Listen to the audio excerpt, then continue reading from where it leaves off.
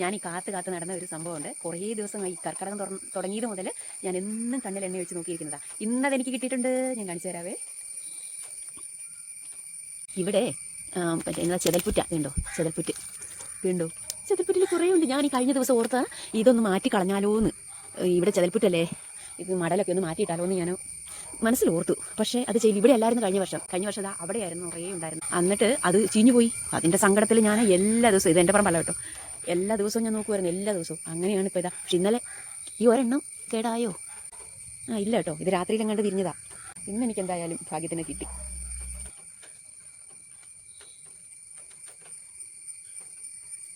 മുമ്പേയും പറിച്ചെടുക്കാം.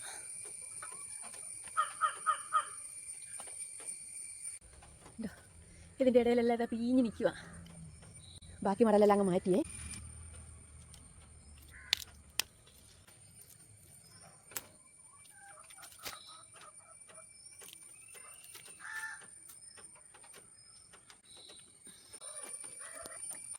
അയ്യോ, വല്ലാണ്ട് കഷ്ടപ്പെട്ടാ അതുങ്ങൾ വളർന്നു വന്നത്. ചെതൽപ്പുറ്റി കണ്ടോ, ഇതെടുത്ത് കോഴിക്ക് കൊടുക്കാം. അയ്യോ, ഇത് അങ്ങോട്ടുണ്ടായതൊക്കെ ചെതൽ തിന്നത്. എൻ്റെ അവസ്ഥ നോക്കട്ടെ. കണ്ടോ, ഇതിനകത്തൊക്കെ ഉണ്ടായിരുന്നുണ്ടോ? ഇതെല്ലാം ചെതൽ തിന്നു പോയി കേട്ടോ. എന്തോരം ഉണ്ടായിരുന്നു നോക്ക്. അപ്പോൾ ഇത് ശരിക്കും ചെതൽ തിന്നും. നോക്കിക്കേ, ഇത് കൂണിൻ്റെ തണ്ടായത് ആണ്. അയ്യോ, ഇതെപ്പോൾ ഉണ്ടായതാണ്? കുറേ ഉണ്ടായിരുന്നു കേട്ടോ. നോക്ക്. ഞാൻ ഇതിനെ അടത്തിയെടുക്കുകയാണ്. ഇത് അടത്തിയെടുത്തിട്ട് കോഴിക്ക് കൊടുക്കാം.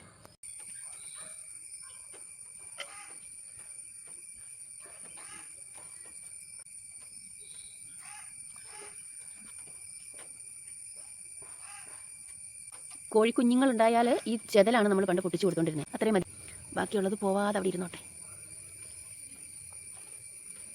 അവരുടെ വീടിൻ്റെ ഒരു ഭാഗം അങ്ങനെ കെട്ടിക്കൊടുത്തേക്കാം.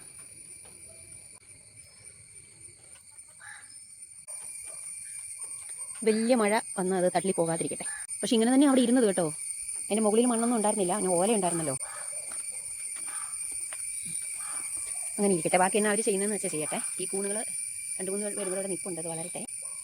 അപ്പോൾ ഇത്രയും ഞാനിങ്ങ് പറിച്ചെടുത്തു. പിന്നെ ഇതാ ഈ മോശമായ കൂണ് വേറൊരു സ്ഥലത്തേക്ക് ഇട്ടേക്കാം. അവിടെ കിടന്ന് അടുത്ത പോലെ വിത്തുണ്ടാകുവാണെങ്കിലോ. അപ്പോൾ ഇതാ ഇവിടെ ഒരു ചെതൽപ്പുറ്റ് ഉള്ള സ്ഥലമാണ്. അതുകൊണ്ട് ഞാൻ നേരെ ഇങ്ങോട്ട് വന്നു, ഇവിടെ ഉണ്ടോ എന്ന് അറിയാൻ വേണ്ടിയിട്ട്. ഈ ഭാഗത്തൊന്നും കാണുന്നില്ല. ഇത് അയൽവക്കത്തെ പറമ്പിൽ കൂടിയാണ് നടക്കുന്നത് കേട്ടോ. ഇവിടെ ആൾക്കാർ താമസമില്ലാത്തത് കൊണ്ട് ഞാൻ ഒന്ന് പോയി നോക്കാമെന്ന് കരുതി. താഴോട്ടും ഉണ്ട്, ഒന്ന് പോയി നോക്കിയിട്ട് വരാം.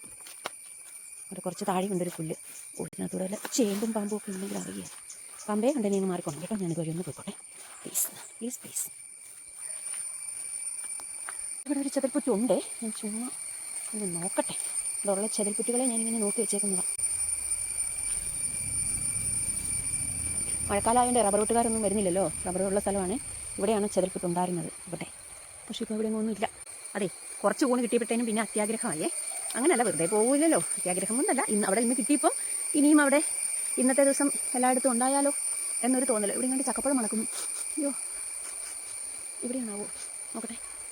അയ്യോ, അവസാനത്തെ ചക്കവല്ലോ ആയിരിക്കും ഇവിടെ. ഞാൻ ഈ പറമ്പിൽ ഒന്നും പറിച്ചിട്ടില്ല. പറിച്ചോളാനൊക്കെ പറഞ്ഞാണെങ്കിലും വേറെ കിട്ടാനുണ്ടായിരുന്നുകൊണ്ട് മണക്കുന്നു. ചക്കപ്പഴം മണക്കുന്നു. പറമ്പിൻ്റെ ഉടമസ്ഥർ ഇവിടെ ഇല്ലേ? അന്നേരം പിന്നെ നമ്മൾ വേണ്ടേ ഇതൊക്കെ നോക്കാൻ, അവരില്ലാത്തൊരു സ്ഥിതിക്ക്. പിന്നെ വാഴച്ചുണ്ട് കുറേ ഉണ്ട് ഇവിടെ. അതൊക്കെ നമ്മൾ നോക്കിയും കണ്ടൊക്കെ എടുക്കണ്ടേ. ചക്ക വാഴച്ചുണ്ട് ഇങ്ങനെയൊക്കെയുള്ള സാധനങ്ങൾ കേട്ടോ. പക്ഷേ വാഴക്കല കൊത്തിക്കൊള്ളാനുള്ള കരാറൊന്നും ഇല്ലേ. ഓക്കെ, ഇവിടെ പോയി കാടാ. കൊതുക് എൻ്റെ പുറകെ വരുന്നുണ്ട്. ഇനി വാഴച്ചുണ്ട് പറിച്ച് കറി വെക്കാം. മുഴുവൻ കാട് പിടിച്ച് കിടക്കുന്നതുകൊണ്ട് കൂണല്ല, കൂണിൻ്റെ അപ്പൂപ്പനുണ്ടെങ്കിലും നമുക്ക് കാണാൻ പറ്റത്തില്ല. പിന്നെ എനിക്കറിയാവുന്ന ചെതൽപ്പുറ്റ് നോക്കിയിട്ടാണ് ഞാൻ പോയത്. ഇതെല്ലാം ചെതലാണ് കേട്ടോ. ഇതെല്ലാം ചെതൽപ്പുറ്റുകളാണ്. ഈ കമ്പി വലയുടെ ഇടയിൽ കൂണുണ്ടോ എന്ന് ഞാൻ ഇടയ്ക്കിടയ്ക്ക് നോക്കാറുണ്ടായിരുന്നു. ഇപ്പോൾ കുറച്ച് ദിവസങ്ങളായിട്ട് നോക്കിയതേ ഇല്ല. അപ്പോൾ ഇവിടെ നിലവിലൊന്നും ഇല്ല എന്നുള്ളത് സാരം. അപ്പോഴേ നമുക്ക് നമ്മുടെ വീട്ടിലോട്ട് പോയേക്കാം. നമ്മളായി നമ്മളുടെ കൂണായി, നമ്മളായി നമ്മുടെ പാടായി. അപ്പം നമുക്ക് നമ്മുടെ ചെതലുമായിട്ട് കോഴിയുടെ അടുത്തോട്ട് പോകാം. അപ്പം ഞാൻ ചെതലുമായി കോഴിയുടെ അടുത്തോട്ട് എത്തിയിട്ടുണ്ട്. എൻ്റെ കോഴിക്കൂടൊക്കെ കണ്ടാൽ നിങ്ങൾ അന്തം വിട്ട് പോകുവേ. ഇതാണ് എൻ്റെ കോഴിക്കൂട്. നിലവിലുള്ള എൻ്റെ കോഴിക്കൂട്. ഇത്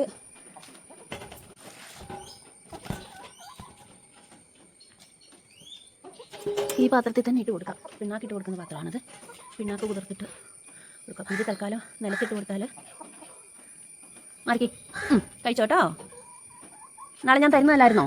കൊത്തി പൊട്ടിച്ച് തിന്നണം. ചെകയാനൊന്നും പറ്റില്ല. ചെകയാനുള്ള സ്ഥലം ഇല്ലാത്തത് കൊണ്ട് തന്നെ കൊത്തി പൊട്ടിച്ച് അതിനകത്തുനിന്ന് ചെതലിനെടുത്ത് തിന്നു കേട്ടോ. ഇങ്ങോടി വെള്ളമുണ്ട്, തീറ്റയുണ്ട്. തീറ്റയൊക്കെ ഇങ്ങനെ കുറച്ച് തോണ്ടി കളയും. വെള്ളവും തീറ്റയുണ്ട്, ചതലുമുണ്ട്. ഇന്നത്തേക്ക് സമൃദ്ധിയായി. അത് കൊത്തി തിന്നോടിയിരുന്ന് കണ്ടിട്ടുണ്ടല്ലോ. ഇതിന് ഞാൻ ഇവിടെ ഇത് ഇത്തിരി തുറന്നു വെച്ചിട്ടുണ്ട്. ഇത് താഴെ ഒരു വീട്ടിൽ നിന്ന് എനിക്ക് തന്ന കൂടാ താൽക്കാലികമായിട്ട് വാട്ടർ ടാങ്കിൻ്റെ അടിയിലായിരുന്നു ഇട്ടുകൊണ്ടിരുന്നത്. അത് വെള്ളം നിറഞ്ഞു പോയി, മുഴുവൻ നനഞ്ഞു. അപ്പോൾ ഞാൻ താൽക്കാലികമായി സംഘടിപ്പിച്ചത് മുട്ടയിടാൻ വേണ്ടിയിട്ട് ഈ പാത്രം ഇവിടെ വെച്ച് കൊടുത്തിട്ടുണ്ട്. ഇങ്ങനെ ഒരു വള്ളിയും കിട്ടി വെച്ച് കയ്യിൽ കയറി ഇതിനകത്ത് മുട്ടയിടും. ഇതൊരു പഴയ മെഷീനാണ്. അപ്പോൾ ഇതാണിപ്പോൾ എൻ്റെ നിലവിൽ എൻ്റെ കോഴിയുടെ. എനിക്കിവിടെ ഒരു കോഴിയുടെ കൂട് ഉണ്ടാക്കണം. ഇവിടെ ഒരു കോഴിക്കൂട് ഉണ്ടാക്കാനുള്ള സെറ്റപ്പൊക്കെ ചെയ്ത് വന്നതാണ്. അന്നേരത്തേനും ചെയ്യാമെന്ന് പറഞ്ഞ പയ്യൻ പറഞ്ഞ കണക്കൊക്കെ തെറ്റിപ്പോയി. വലിയ പൈസയാവും, 10,000 രൂപ. അപ്പോൾ ഞാൻ അത്രത്തോളം നോക്കുന്നൊന്നുമില്ല. ഇനി കുറച്ച് സിമെൻറ്റ് കട്ടയൊക്കെ എടുത്തുകൊണ്ടെന്ന് ഇവിടെ ഈ ഭാഗത്ത് ഒരെണ്ണം ഉണ്ടാക്കണം. ഇതിവിടെ ഇരുന്ന നമ്മുടെ കാക്കാമാർ കുത്തിക്കൊണ്ട് പോകുന്നത് കണ്ടോ. അപ്പോൾ ഈ പറമ്പിൻ്റെ അതിരിലാണ് ഉണ്ടായിരിക്കുന്നത്.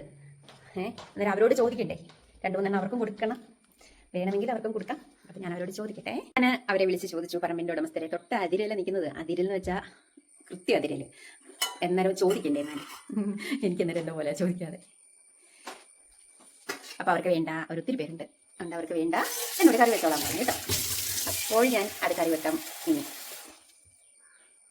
അങ്ങനെ ഞാൻ അവരെ വിളിച്ച് ചോദിച്ചു. അപ്പോൾ അവർ പറഞ്ഞു അവർക്ക് വേണ്ട എടുത്തു. ഒത്തിരിയൊന്നും ഇല്ലല്ലോ, ഇത്രയല്ലേ ഉള്ളൂ. പിന്നെ അവർ കുറേ ആൾക്കാരുണ്ട് കേട്ടോ. എന്നാലും ചോദിക്കണ്ടേ, തൊട്ട് അതിരിനാണ് അവരുടെ പറമ്പും നമ്മുടെ മുന്നിൽ അതിര. അന്നേരം അവരോട് ചോദിക്കാതിരിക്കാൻ പറ്റുമോ? നമുക്കൊരു മനസ്സമാധാനമൊക്കെ ആയിട്ട്. അടുത്തത് ഞാൻ കറി വെക്കുന്ന വീഡിയോ കാണിക്കാം. ഇപ്പം തൽക്കാലം ഇതങ്ങ് കണ്ടു കേട്ടോ.